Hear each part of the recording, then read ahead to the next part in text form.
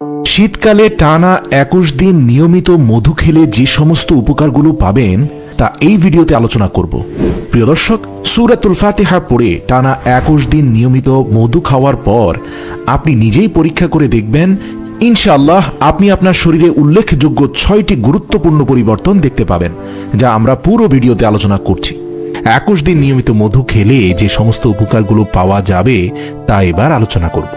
তো চলুন প্রথমে এর উপকার নিয়ে আলোচনা করব, তারপর খাওয়ার নিয়ম নিয়ে আলোচনা করব। 1 নম্বর হচ্ছে চেহারায় সৌন্দর্য বৃদ্ধি হয়।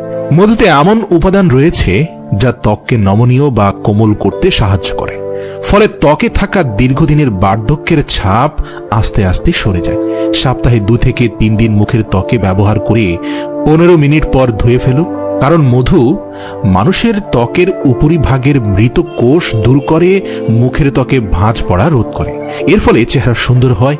এছাড়াও মধুতে আছে প্রাকৃতিক অ্যান্টিঅক্সিডেন্টের নির্যাস, যা সূর্যের রশ্মির বিরুদ্ধে কাজ করে।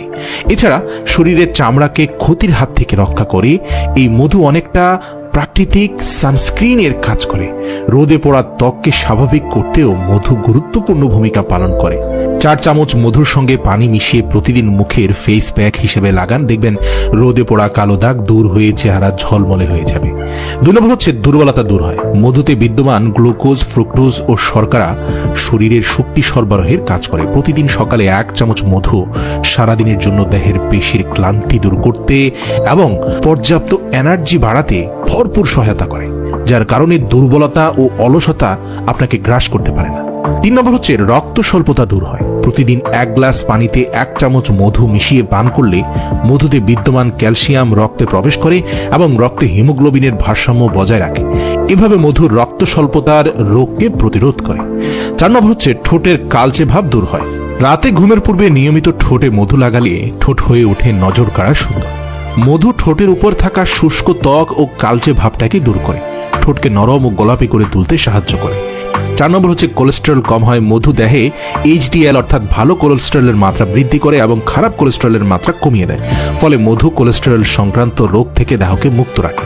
6 নম্বর হচ্ছে গোপন রোগ দূর হয়। যদি কোনো নারী বা পুরুষের যৌন সমস্যা থেকে থাকে তাহলে নিয়মিত মধু খেলে সে সকল সমস্যা দূর হয়ে যাবে এবং জীবন হয়ে উঠবে সুন্দর।